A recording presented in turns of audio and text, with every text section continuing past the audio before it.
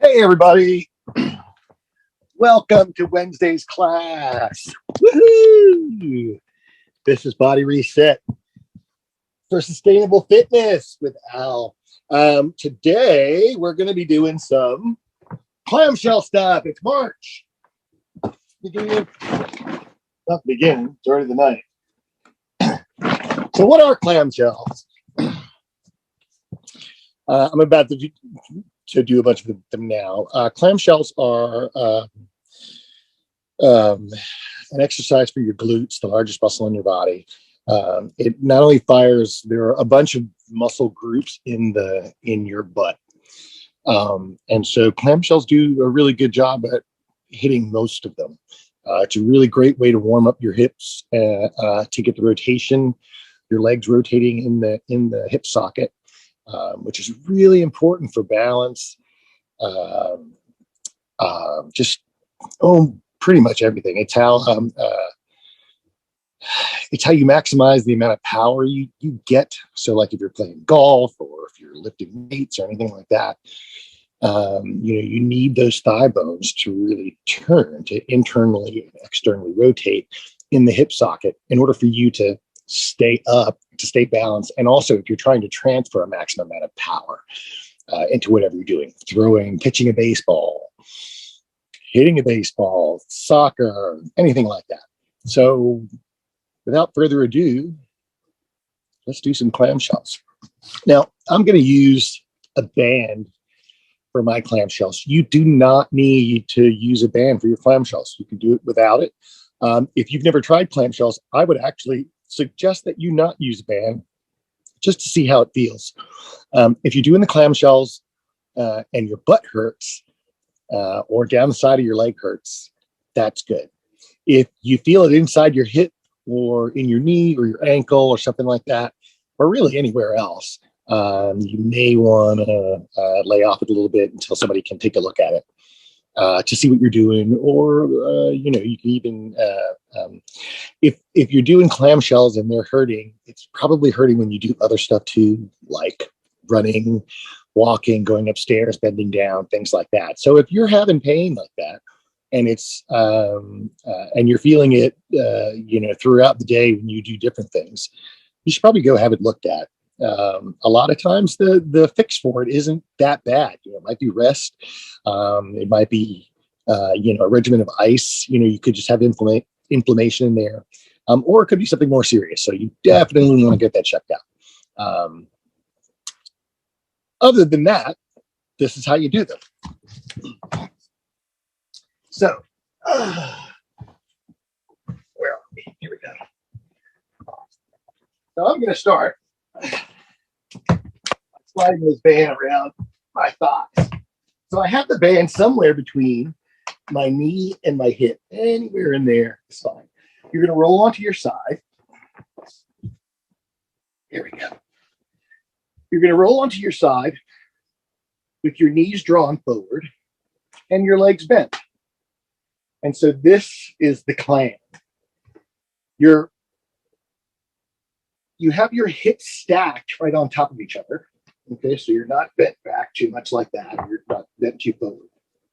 You're right in line. Hopefully your rib cage and shoulders are kind of in line also. You're keeping your feet together. And what you're going to do is you're going to use this glute muscle to open up that top leg. And so I'm pressing this bottom leg into the floor. That's what's anchoring me. And then I'm firing this muscle to lift the knee up. Also, what I'm doing is with this thigh bone muscle, when I lift the knee up, I'm turning that thigh muscle out as much as possible. So I'm twisting my upper leg while I'm keeping my feet together.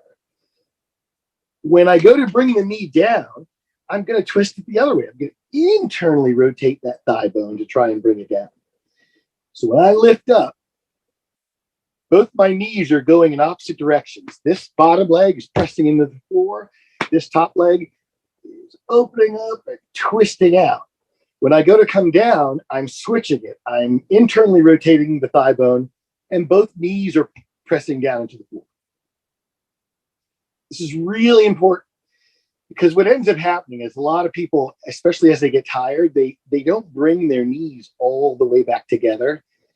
And so you don't get as much range of motion through your glute. And that really is important.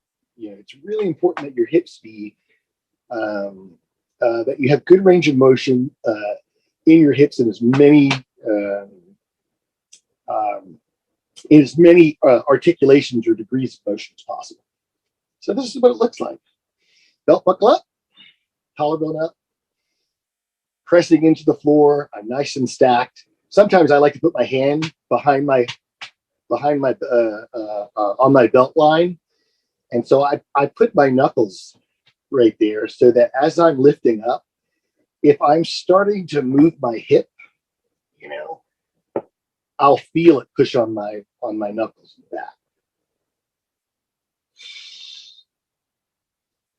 In.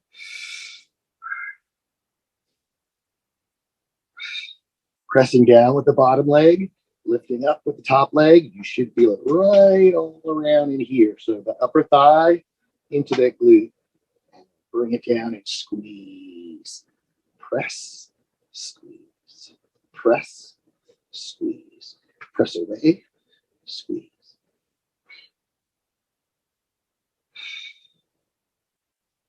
What we're trying to do here is focusing here on the hip.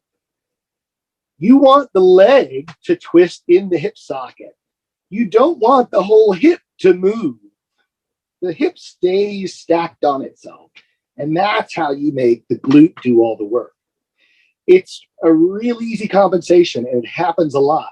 As you start to tire out, you'll see people start to get a little rocking going. And if you're rocking even a little bit over here at the hip, it will translate into quite a lot of range of motion when you're opening up your legs. So while you're doing it, you're sitting there thinking, wow, this is awesome. I'm great at these. This is awesome. I'm killing it. But you're actually not, because you're making your whole hip girdle do the work that your glute is supposed to do. What keeps your hips still? It's actually the muscles right above your waist, your belt. So it's your lower core or your lower trunk. These muscles, your obliques, the muscles in your back, that the kind of sheath in your back, your lower abs. And so what I'm doing is I'm trying to pull my belt buckle up, and I'm keeping that up. And so that turns and activates all these muscles here. And these muscles are what's keeping that hip still. And then I'm firing. Now, I just showed you a little bit ago a knee that was going way up. I have a hip injury here. I have a labrum tear in my hip, which means that there's a problem with the bone inside the joint. When it rubs around, it rubs, and it causes a lot of pain. As a result of which, I haven't been using this side because it's been hurting, and so my range of motion isn't that great. But that's okay, because as long as I don't move my hip, my glutes are getting work. And so even though it's not a very big range of motion now, if I keep doing these regularly, in a couple of weeks, it will get better.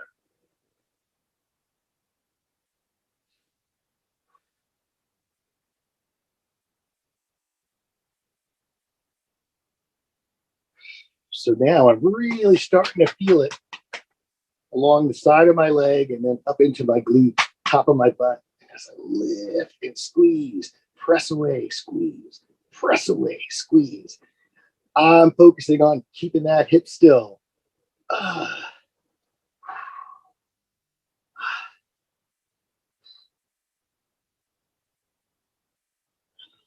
And so now I'm starting to feel my glute is getting really tired, which is great.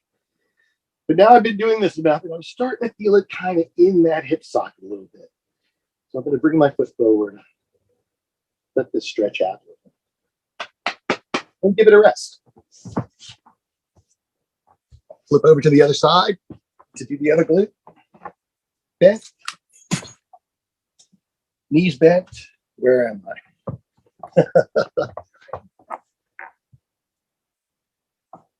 Again, hips stacked, bottom leg pressing down.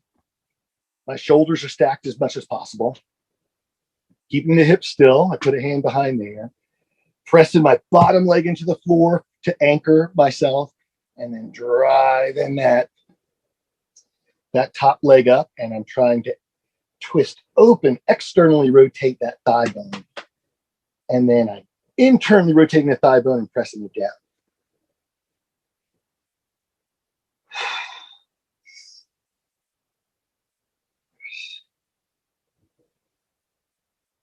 So now, as you can probably see, my range of motion on this side is much better. This is the side that doesn't have the injury in the hip, and that is fine. It is absolutely fine that you can get one knee to one range of motion and that you don't match it with the other side, because there may be something happening to it, like it has a labrum tear.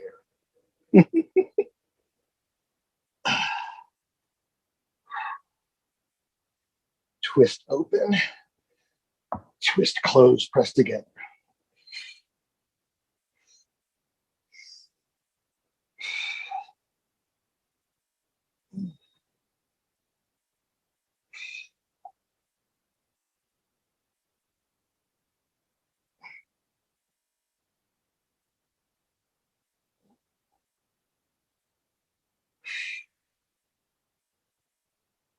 Now, I'm going to tell you right now, my glutes are starting to really light up. It hurts a whole bunch. And it's making it so that my range of motion isn't as big as it was before. That's okay. You want to keep going, drive through, really try and tire that glute muscle out.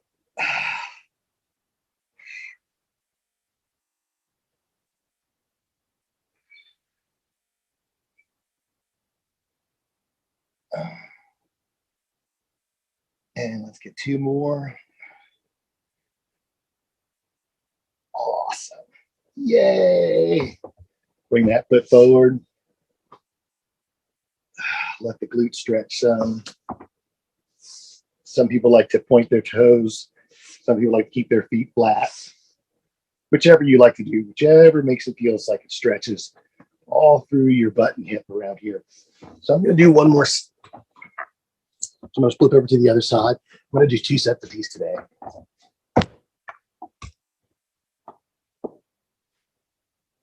Side lying on my side. Hips are stacked. Knees are together. Bottom knee is pressed down. Shoulders are stacked as much as possible. Keeping my hips still. Belt buckle up.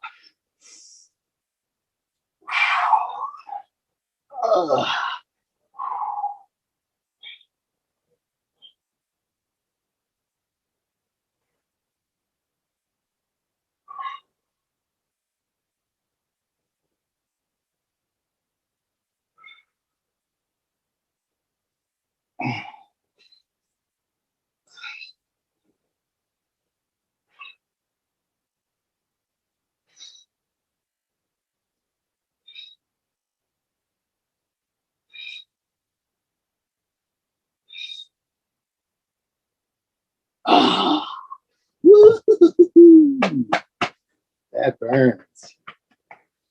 When you first start doing these clamshells, they burn. There's no other way to say it. Until you start to get your endurance, it's not uncommon for people to do 5 or 6 and you already feel it in your glutes, especially if you're keeping that hip still. That is fine. Wherever you start, wherever your first set is, whether it's 1 or 10 or 6 or 13, it doesn't matter. What you're looking to do is to establish how many you can do. And then over time, just try to improve on it. Again, while really paying attention to your form, keeping that hip stacked right above itself. So both hips are stacked, shoulders stacked, knees bent.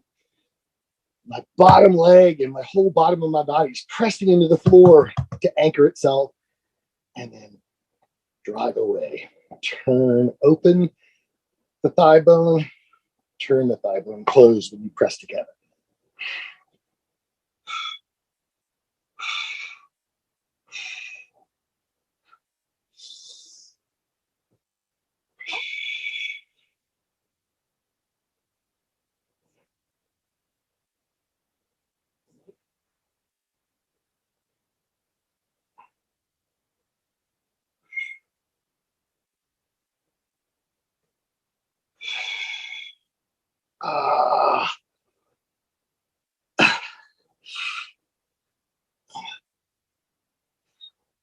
2, 3, 4, and 25.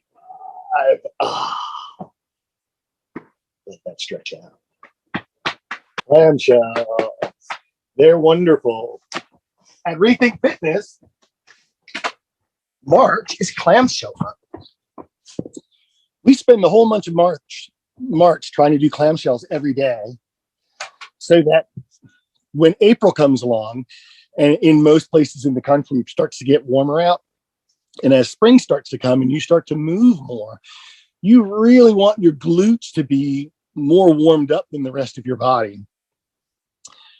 Me personally, I think that most of our compensations and most of the problems, the postural problems that we get, start in two different joints: the ankles, which people don't spend enough time working on, and the hips. The hips are the center of your mass. They're the largest muscle groups there. They actually should be doing the lion's share of the work. And when they get tight and they stop moving, there's no other muscle groups in your body that can overcome it. So your body has to change what it does in order to get around the fact that your thigh bones aren't turning really nicely in your hip. Again, it's that turning in the hip socket that we want. Instead of the whole hip moving, we want the hip to stay still. And the glute is firing and that leg is turning, but the hip itself isn't actually going with it. So you want to be careful with that. The second thing I want to talk to you about are bridges. And we've had several of our clients, and I love this, several of our clients, since they've been doing a lot of clamshells. It's March 9th right now. And so we're 9 days into clamshell March, into our clamshell challenge. And so, and several of our clients are really getting good at it. They're starting to like it. And they've actually added in other exercises to their clamshell challenge. The exercise that both of them started doing was a bridge. But there's a little problem with the bridge that you need to be careful with, because when you're doing clamshells, you're waking up those glutes, you're tiring them out and stuff. And when you do a bridge, and I'm about to show you one, it's really important that your belt buckles stay up so that your hips are tucked up. If they don't, when you go up into the bridge, it's really easy to hurt your lower back. You can get twinges in it, all kinds of funny stuff can happen. So if that belt buckle, if your hips, if this is the front of you, if this is your belt buckle here, and that belt buckle drops, then your lower back is at an increased risk to get injured. What do I mean? This. So this is the bridge. My tailbone, my lower back, my upper back of my head are on the floor. My hands are down at their sides. I like to have my hands about 10 degrees away from my side. So instead of being here, I can have them here. You can actually have your hands, up here in a T. It's a little bit more difficult. So wherever's comfortable for you. And what we're going to do is we're taking our belt buckle and we're pulling our belt buckle up. And so that's taking the arch out of our lower back. And once that belt buckle is tucked up and you squeeze your glutes to do that, then you lift the hip up off the floor so that you're pressing from your 2 feet and the bottoms of your shoulder blades. Keeping the belt buckle and the hip tucked up, then you're lowering yourself back down. Now, what always happens is this: when I go and lift up, that my belt buckle drops down. And so now my back is more curved here, and it's at a higher risk for injury. This is a really common mistake that people make. Most of all, because if you mess with your belt line, if you mess with where your hips are, you can sometimes get your hips higher up than if you're keeping your form very strict. And everybody really gets into, they're doing all these, they're trying to get high up into the air, and they're trying to get their hips high, and they kind of forget. And that belt buckle drops a little bit, and then 13 reps later, their back goes out or it strains or something happens. So it's really important that my belt buckle, I'm pulling it up and I'm constantly pulling my belt buckle up so that I'm almost pressing into my back.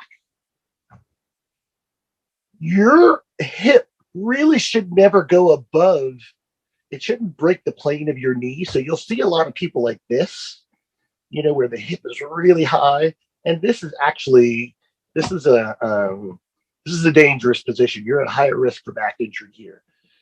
If your belt buckle is tucked up properly, it's really difficult to get your hip even in line with your knee. So with that, I'm feeling that in my hamstrings. I'm definitely feeling it in my glutes, and I'm also feeling it in the sides of my abs here, my obliques.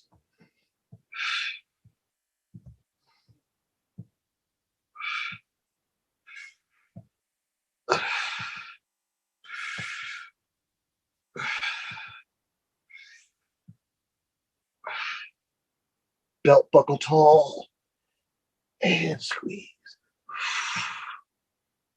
Remember, the movement is the belt buckle comes up. You're driving your belt line up, tucking those hips, and then coming down. Tuck the hip, come down.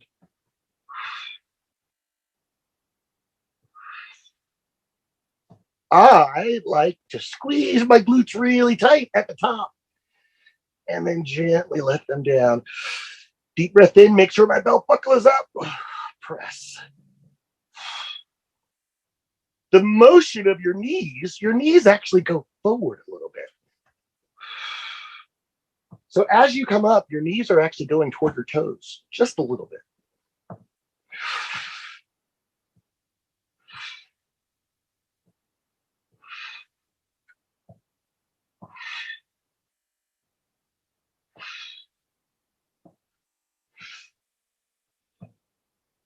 When you feel that you're having a hard time keeping your belt buckle way up, it's time to stop. And so I would rather you actually not do as many reps and stop the exercise, rest for a little bit, and then do another set. Because you're really trying to train you're trying to train your lower trunk to keep that hip up and stable. It's a really, really important concept for lots of movements that we do. I mean, almost every movement that you do in sports requires at some point that you be able to stabilize your hip through the movement. It's easy to stabilize your hip when you're not moving at all. But again, if you're swinging a bat, or if you're playing field hockey or lacrosse, or you're hiking up a mountain, these are all areas where as you get tired, you're so worried about your legs being tired, other things being tired, your wind, you're sucking wind, you're breathing heavy. And so we tend to forget where the belt buckle is, where the belt line is. And so you want to remember to always have that belt buckle up if possible. I'm going to do another set. I encourage you to try them with me.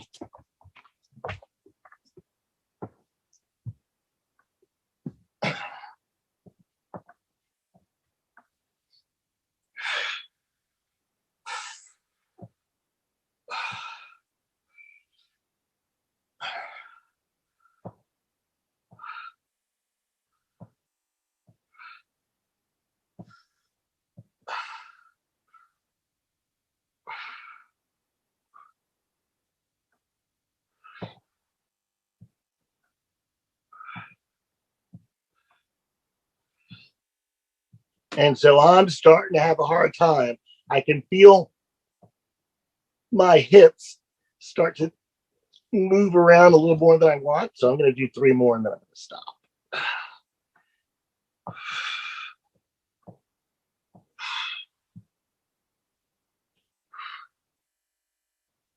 And then down gently. Since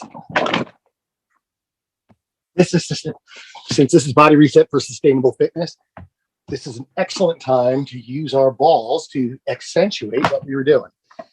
And so the ball work that you do that's associated with the bridge and with your clamshells is just to sit on the ball. Now, when you sit on the ball, you're always going to be either on the left side of your butt or the right side of your butt. You don't want to be in the center. So you're always either on the left side or the right side. And I'm just going to do this.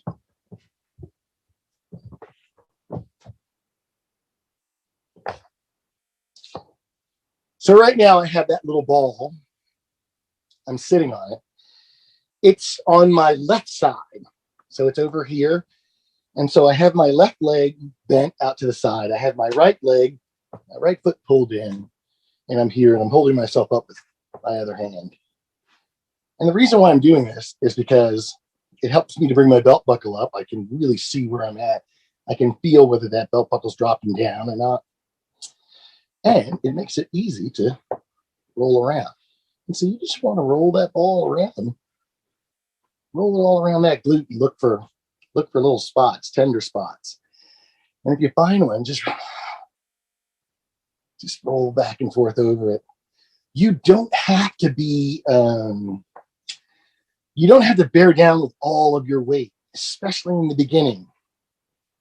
And so that's another reason why your foot's here on the floor, and then you have your hand here, because that allows me it allows me to control how much weight is going down onto that ball. Because right here, the ball is fine. But if I slide the ball here, woo, that's a little tight. For me, that's a little tight. So I might want to take a little weight off of it, because you want it to hurt some, but you don't want it to hurt a whole bunch. You can also do the same thing with a large ball, and it'll hit all the muscles in the same places, but it'll feel different.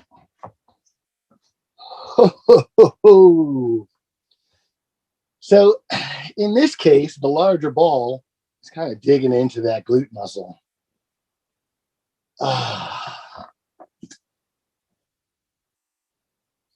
I'm going all the way from the side of my hip all the way across to the back of my glute. I'm going up so that I'm almost by my hamstring, so the bottom of the glute, top of the glute. And I'm going to find a spot.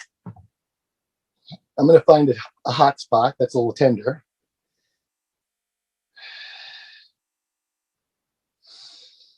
And I'm just going to gently try and hold the ball over there and breathe.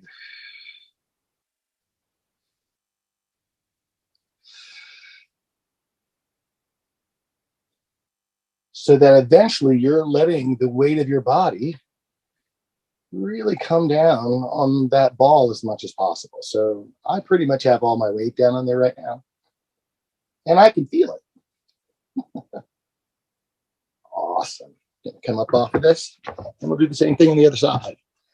Again, you can start with the small ball. So that first ball that I used, it was a smaller, softer ball. They're larger balls are not better than smaller balls. Harder balls are not necessarily better than softer balls. All of the balls that you use, they're neutral. They're all the same. It just depends on what you need at the time. So if you're rolling on a big ball and it hurts a lot, move that thing over, get a smaller ball. It's more important that you be able to rub through that muscle, and to do so and practice keeping that belt buckle up and breathing normally, than for you to get, all the way into your butt, or to sink your weight all the way down. Woo! I just found a hot spot. So on this side, on the other side, the hot spot was down near my hamstring. Here, on this right side, so this is where I have the injury, and I can feel it.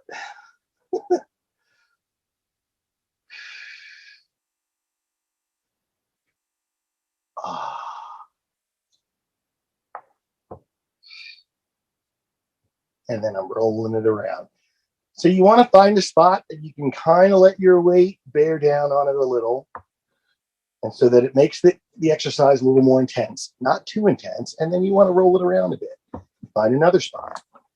So let me see if I can find one down here. Oh, yeah, right down there. Belt buckle up.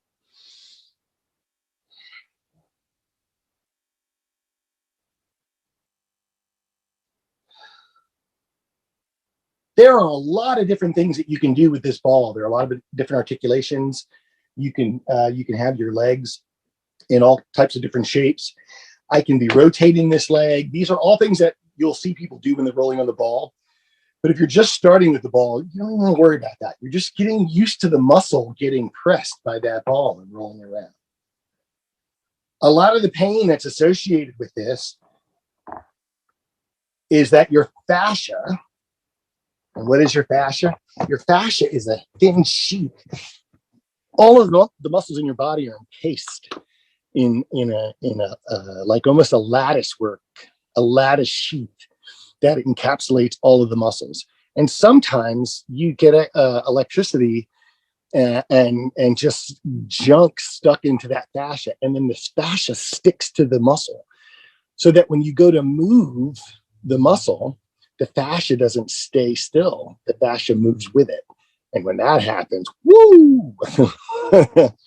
Oftentimes, it's painful. And it's really one of the most popular ways that people go into compensation, meaning that you start to move the muscle, the fascia sticks to it, it goes with it, you get a pain response, and then your body, without you even knowing it, autonomically, it just changes the way that it works. It's gonna have you slide over to one side. It's gonna have you pitch forward. It's gonna have you do something that's gonna take your posture for whatever you're doing, and change it. And so if you change your posture and then repeat what you're doing over and over, the change in posture from that one rep isn't that bad. But let's say you have a change in posture and you're walking to the store. If the store's a half a mile away, that's, I don't know, probably 1,000 steps. So, you take a little problem and multiply by 1,000 steps one way and 1,000 steps back, and now it's a bigger problem. And so a lot of times people don't understand why, like, wow, why am I in such pain? Why does this hurt? Why did suddenly, my whole lower back seized up and started to spasm? It oftentimes, the thing that you did that made it start hurting is the straw that broke the camel's back. All that whole day beforehand, your body was doing something that wasn't quite right. And so a little thing done not quite right, multiplied by a lot of reps, will equal an injury. Having said that, let's get back on the ball. So I'm going to go back to the first side. So I started on the left side.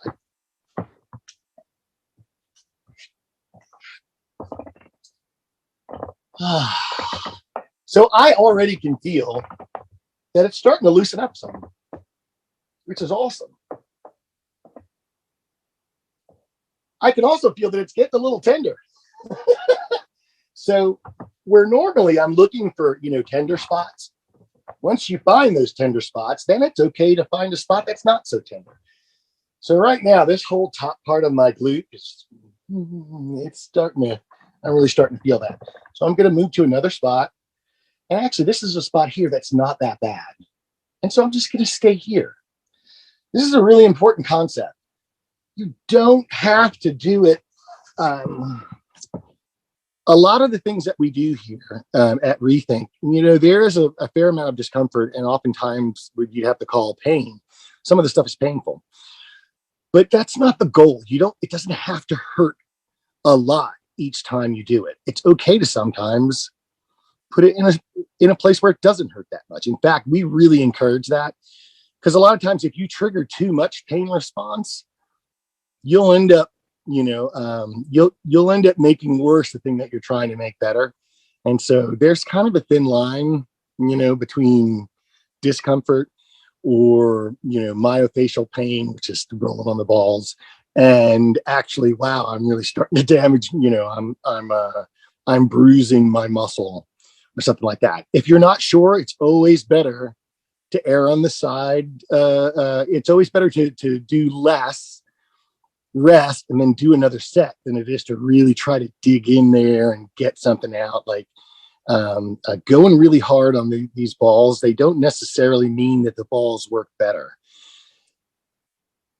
Over time, we are able to do more with the balls. Over time, you are able to put more weight on the ball and you not feel it. But the operative word there is over time. So it's not something that's going to happen, this session. It's not something that's going to happen next session. Over time. You'll do it today. It'll feel great. The next time you do it a couple of days later, you're kind of sore. You really couldn't stay on it that much at all. That's fine. The next time you do it, it'll probably be a little bit better. And it'll go back and forth for a while. And gradually, you'll start to be able to handle more and more and more stuff. But we really want it to, we want a slow, gradual increase in endurance, in your ability to palpate those muscle fibers, to really roll the fascia and really get it separated from the actual muscles, so that when that muscle moves, the fascia stays still and the muscle is moving inside the fascia. It's not stuck. So having said that, I think I have another side. Woo!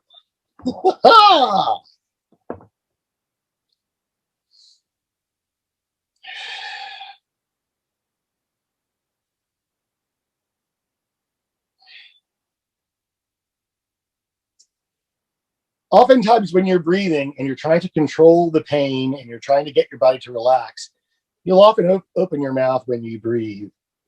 And I encourage you to do that when you need to. But Mary will tell you, and she will be correct, that breathing through your mouth actually can trigger your body to tighten up more. And so if you start out having to breathe through your mouth, that's fine. But the goal is to eventually breathe through your mouth a couple times, and then eventually just be able to breathe out your nose.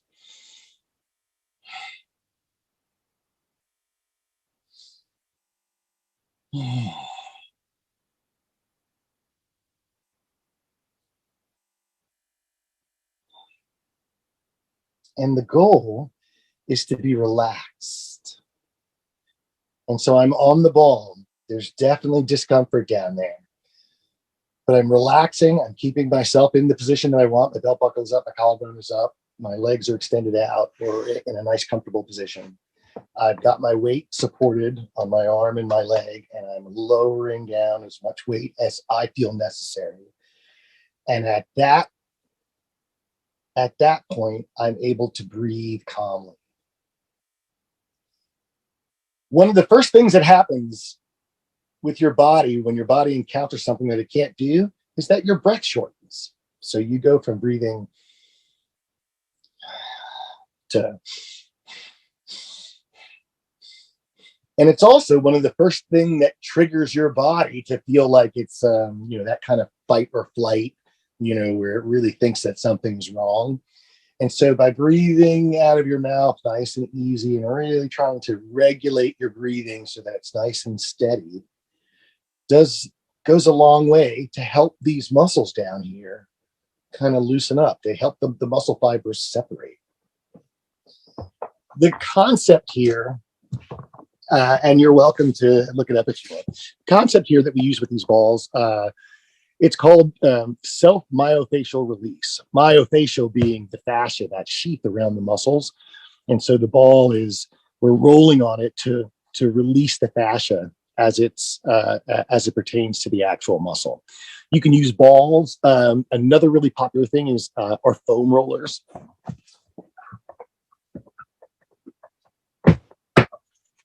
So sometimes you'll see people doing this where they're sitting on a foam roller and they're doing the same thing. What's the difference between foam rollers and balls? Which one is better? And the answer is neither of them. They're neutral. It's just whatever works for you today is the one that you use. So if you start out on this and you're not feeling it kind of like the way you wish you could, switch to something else. Get down on that. That's not feeling right. No problem. Switch to something else. Whatever works for you on that day is the thing that you want to do. And it's important to know that the ball that works on a certain muscle group today may not be the ball that works tomorrow. A lot of it depends on what you did the day before. So, let's say you did a bunch of extra work yesterday and your glutes are really tight. So, this may be too painful. You may need to go to the foam roller or to one of the smaller balls, things like that. Again, the goal is to be able to roll around the muscle. And so in this case, the glutes and the outer hips.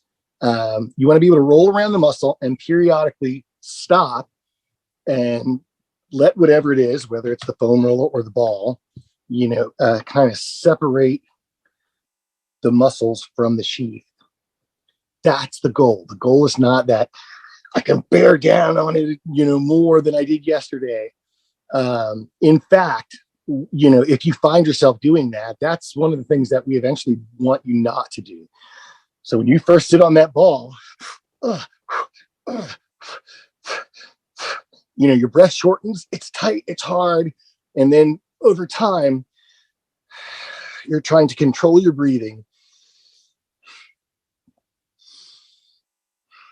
and to get your breathing under control and to get it nice and rhythmic and flowing. And again, eventually breathing through your nose as opposed to your mouth.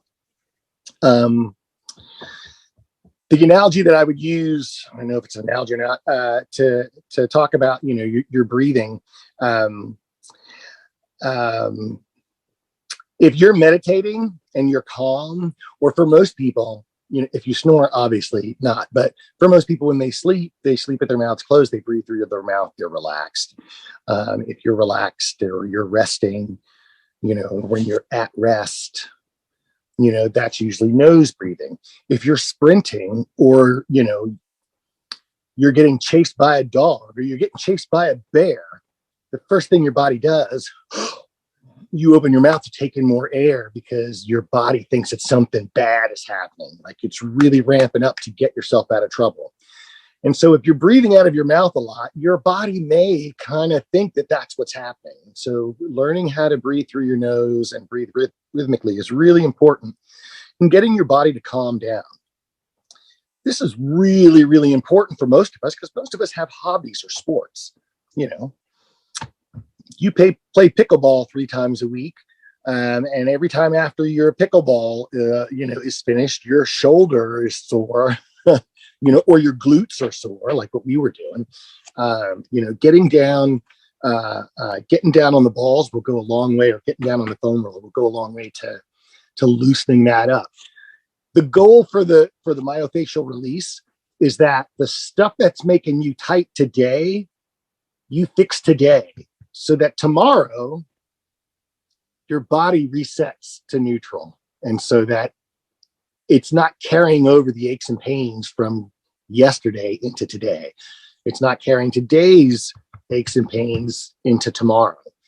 Oftentimes, a lot of people, and we work with a lot of people like this, people come to us and, not only are they working with today's pain and they're working with yesterday's pain, but they're working with pain from 10 years ago. Like their first injury was, 10 or 15 years ago, and their bodies have been doing all these compensations and stuff all this time. And so that person that first goes onto the ball or goes onto the foam roller, when you roll on it, you're going to feel 10 years worth of, and so it's going to be pretty tender. And so it's important that you treat yourself, kindly. And you want to tell yourself that this is something that I'm going to be doing fairly regularly. And so that over time, it starts to get better. Again, pain scale on a scale of 1 to 10. So 1 being, I don't feel that at all. And 10 being, ouch, that hurts. I need to stop. You never want to be over a 6, really. If you feel it, head toward a 7, an 8, it's time to move it to another area. Just slide to another place, move it around, take some of the weight off of it, gently change your position until it takes some of that discomfort out. Now that we've rolled the ball and we've done a little foam roller, let's go back to our clamshells and to our bridges. Yay! So I love this because a lot of times people will do, they'll do 6, 7 sets. They'll do tons of sets of things, trying to, increase their endurance or what have you. And oftentimes, really what they need to do is to do an exercise that works a certain muscle group. So for us, we're working the whole glute complex.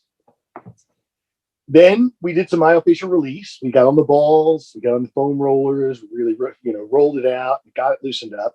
And then we go back to the exercise.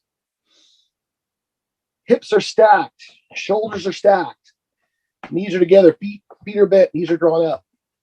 Feet stay together. Turning the thigh bone out when we lift up, turning the thigh bone in when we close it. Woo! And now this is a completely different exercise. Woo!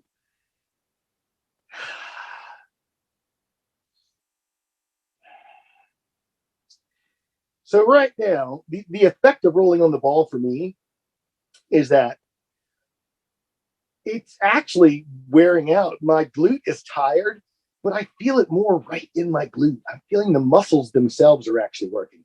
I'm not getting so much stuff coming down my leg. It really does a great job of releasing that fascia. And when your fascia is not stuck to your muscles really do work better. They move better.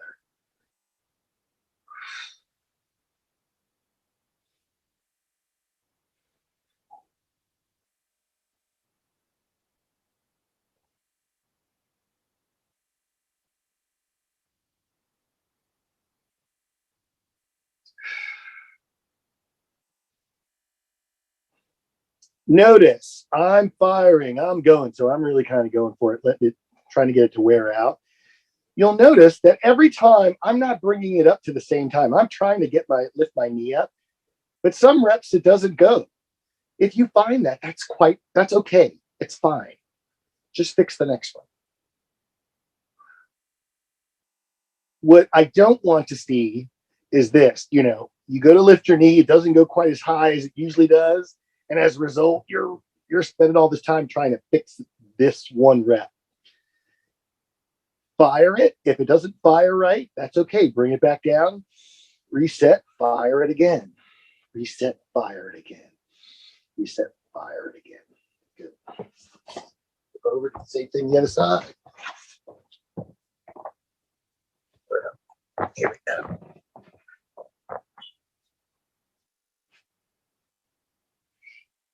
Hips stacked, shoulder stacked. Knees are stacked, ankles are stacked. My ankles stay together.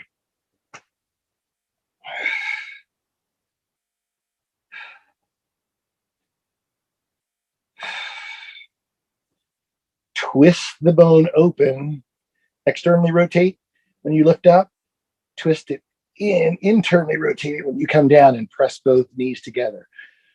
Knees apart, knees together. Knees both go in opposite directions on the way up, and they go in the same direction on the way down.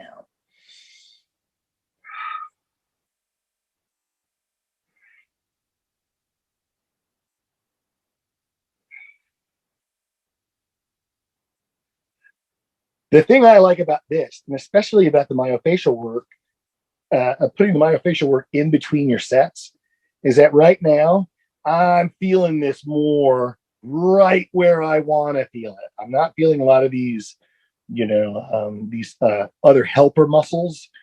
It really works to get the actual muscle that you are rolling. It actually performs better. And so when you get tired in the right place. I just noticed, belt buckle up. Breathe in, belt buckle up. Notice whenever I find that I'm doing something wrong, I don't worry about it. I fix the next one. If I feel myself moving my hip and I notice it, no problem. Fix the next one.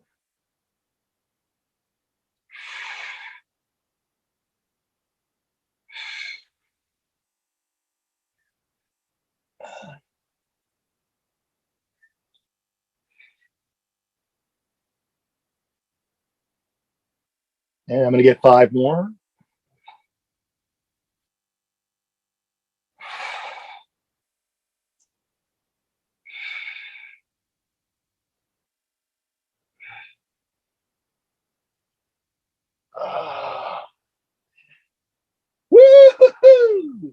Oh, man, I felt that one.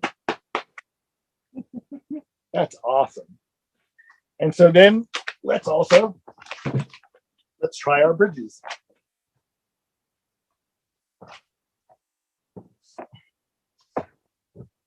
So remember, with your bridges,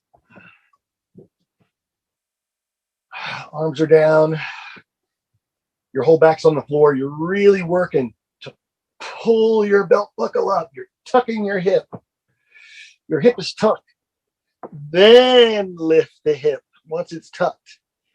Whoa! I'm really feeling that now.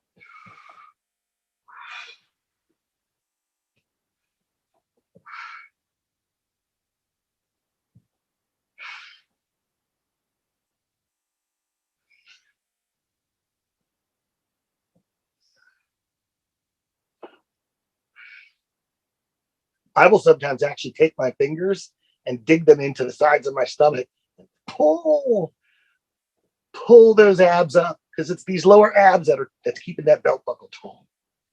That's keeping those hips tucked in.